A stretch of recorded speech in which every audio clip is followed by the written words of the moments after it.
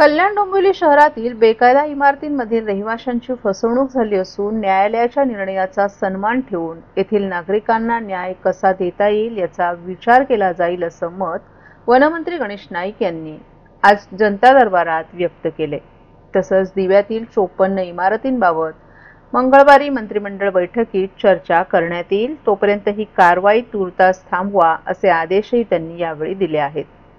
खरखराळी भागातील रघुवंश हॉलमध्ये आज वनमंत्री गणेश नाईक यांनी जनता दरबार घेतला। यावेळी शिवसेना, उद्धव बाळासाहेब ठाकरे पक्षाचे पदाधिकारी, दीपेश म्हात्रे यांच्यासह नागरिकांनी नाईक यांना निवेदन देऊन कल्याण डोंबिवली शहरातील बेकायदा इमारतींमधील रहिवाशांना न्याय देण्याची मागणी केली। त्यावर नाईक यांनी म्हात्रे आणि नागरिकांसोबत चर्चा करून त्यांच्याशी संवाद साधला। कल्याण डोंबिवली शहरात अनेकांनी इमारतीत घरे घेतली, घर खरेदीसाठी बँकांनी कर्ज दिलं। आता या इमारती बेकायदा असल्याचं निष्पन्न झालं असून येथील नागरिकांची फसवणूक झाली आहे। त्यात त्यांची काहीच चूक नाही। येथील नागरिकांनी त्यांचं म्हणणं ऐकून घेण्यासाठी आणि कागदपत्र जमा करण्यासाठी वेळ मागितलाय।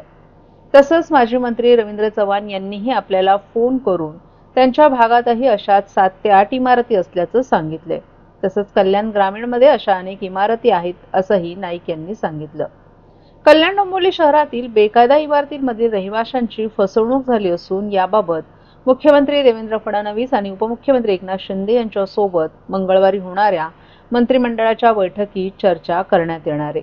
तसंच न्यायालयाच्या निर्णयाचा सन्मान ठेवून येथील नागरिकांना न्याय कसा देईल याचाही विचार केला जाईल असंही त्यांनी स्पष्ट केले। दरम्यान दिवा भागातील 54 बेकायदा इमारतींवर न्यायालयानं कारवाईचे आदेश दिले असून पालिकेने या इमारतींवर कारवाई करण्याची तयारी सुरू केली आहे। येथील नागरिकांच्या शिष्टमंडळानं नाईक यांची भेट घेऊन कारवाई थांबवण्याची मागणी केली आहे। त्यावर दिव्यातील 54 इमारतींबाबत मंगळवारी मंत्रिमंडळ बैठकीत चर्चा करण्यात येईल, तोपर्यंत ही कारवाई तूर्तास थांबवा असे आदेश त्यांनी ठाणे महापालिका अधिकाऱ्यांना दिले आहेत।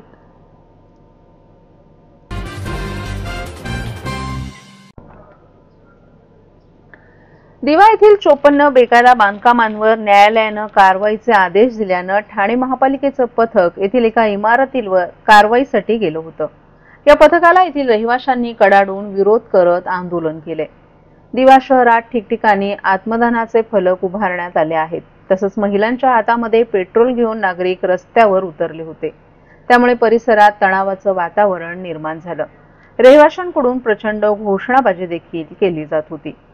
दिवा परिसरातील 54 बेकायदा इमारती पाडण्याचे आदेश उच्च न्यायालयानं नुकताच दिले आहेत।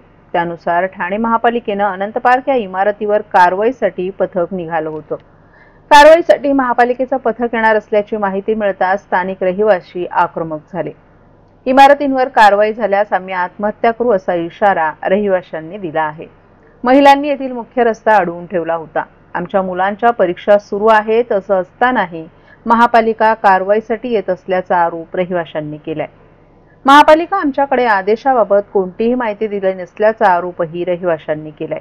रहिवाशांच्या हातामध्ये बाटल्या भरून पेट्रोल होतं, त्यामुळे परिसरात तणावाचं वातावरण निर्माण झालं। महापालिका पथक येथे जेसीबी हातोडा घेऊन दाखल झाल्यानंतर रहिवाशांनी त्यांचा रस्ता अडवला। दिवा शहर परिसरात पोलिसांचा अतिरिक्त बंदोबस्त लागला आहे। दिवा परिसरात 2017 ते 2021 या काळात उभारण्यात आलेल्या इमारतींविरोधात एका नागरिकानं उच्च न्यायालयात याचिका दाखल केली होती। या याचिकेवर नुकतीच सुनावणी पार पडली। यामध्ये 2017 ते 2021 या काळात उभारण्यात आलेल्या 54 बेकायदा इमारती पाडण्याचे आदेश न्यायालयानं पालिका प्रशासनाला दिले आहेत। यातील 2 इमारतधारकांनी कारवाई थांबवण्यासाठी न्यायालयातून आदेश मिळवला असून उर्वरित 52 इमारतींवर कारवाई केली जाणार आहे। या इमारतीमधील रहिवाशांना पालिकेनं नोटिसा बजावल्यात। त्यानंतर येथील रहिवाशांनी आता राजकीय नेत्यांच्या भेटीगाठी घेण्यास सुरुवात केली आहे। त्यातच आता कारवाई होणार असल्यानं रहिवाशांकडून तीव्र आंदोलन केलं जात आहे।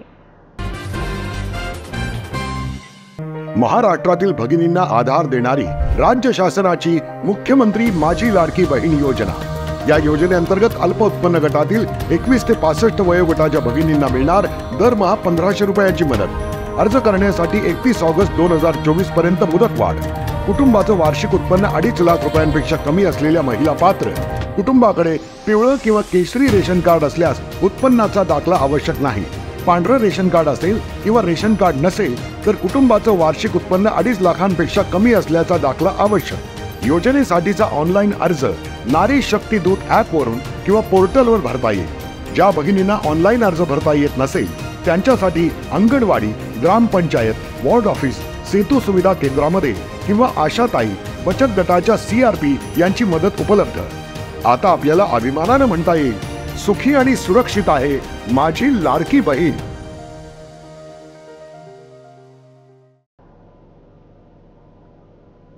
राज्य सरकारनं महिलांसाठी अनेक खास योजना आणल्या आहेत। यातील लाडकी बहीण योजना आणि एसटी तिकिटात 50% सवलत या योजना विशेष स्वरूपाच्या आहेत। मात्र एसटी महामंडळाला या सवलतीमुळे मोठा फटका बसलाय। त्यामुळे ही सवलत बंद करण्यात येणार असल्याचं परिवहन मंत्री प्रताप सरनाईक यांनी स्पष्ट केले। महिलांच्या एसटी सवलतीबाबत त्यांना प्रश्न विचारला असता महिलांना देण्यात आलेल्या 50% सवलतीमुळे एसटी महामंडळाला रोज 3 कोटी रुपयांचा तोटा होत असल्याचं सांगितलं। त्यामुळे येथून पुढे कोणत्याही प्रवर्गाला एसटी प्रवासात नवीन सवलत दिली जाणार नाही। राज्य सरकारनं यापूर्वीच महिलांसाठी 50% तर 75 वर्षांवरील नागरिकांसाठी एसटी प्रवासात सवलत लागू केली होती। मात्र या सवलतीमुळे महामंडळाच्या आर्थिक परिस्थितीवर मोठा परिणाम झालाय। सातत्यानं सवलतीच देत राहिलो तर एसटी महामंडळ चालवणं कठीण होईल। त्यामुळे नवीन सवलती देण्याचा विचार करता येणार नाही। दरम्यान मंत्री सरनाईक यांनी 50% सवलतीबाबत केलेल्या वक्तव्यामुळे चर्चांना उधाण आले। तसंच येथून पुढे महिलांना सवलतीनं एसटी प्रवास करता येईल का नाही असा प्रश्नही उपस्थित झालाय। मंत्री सरनाईक यांच्या या विधानानंतर महिलांना एसटी प्रवासात दिलेली 50% सवलत बंद होणार का यावर आता उपमुख्यमंत्री एकनाथ शिंदे यांनी माध्यमांशी बोलताना स्पष्टीकरण दिले। महिलांना आणि ज्येष्ठ नागरिकांना दिली जाणारी सवलत बंद होणार नाही असं शिंदे यांनी सांगितलं। मुख्यमंत्री माझी लाडकी बहीण योजना बंद होणार नाही। त्याचबरोबर एसटी बसच्या प्रवासात लाडक्या बहिणींना देण्यात आलेली 50% सवलत बंद होणार नाही। तसंच ज्येष्ठ नागरिकांनाही मिळणारी सवलत बंद केली जाणार नसल्याचं स्पष्टीकरण शिंदे यांनी दिले।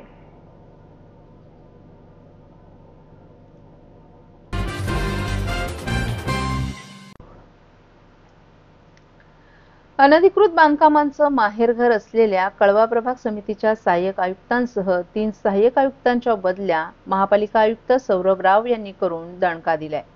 उथळसर प्रभाग समितीचे सहाय्यक आयुक्त महेश आहेर हे 28 फेब्रुवारी रोजी निवृत्त होत आहेत। त्यांच्या रिक्त होणाऱ्या जागेवर कळवा येथील सहाय्यक आयुक्त सचिन बोरसे यांची बदली करण्यात आली आहे। तो पदभार त्यांनी 1 मार्च रोजी स्वीकारावा लागणार आहे। दिवा प्रभाग समितीचे कार्यालयीन अधीक्षक राजेंद्र गिरी यांना पदोन्नती देऊन त्यांच्याकडे दिवा प्रभाग समितीच्या सहाय्यक आयुक्त पदाचा पदभार देण्यात आलाय। दिवा प्रभाग समितीच्या उपकार्यालयीन अधीक्षक ललिता जाधव यांच्याकडे कळवा प्रभाग समितीच्या सहाय्यक आयुक्त पदाचा अतिरिक्त कार्यभार सोपवण्यात आलाय। ठाणे महापालिका आयुक्त राव यांनी अनधिकृत बांधकामांबाबत कठोर भूमिका घेतली आहे। त्यामुळे सहाय्यक आयुक्त यांच्यावर अनधिकृत बांधकाम निष्कासनाची जबाबदारी सोपवण्यात आल्यानं अधिकाऱ्यांनी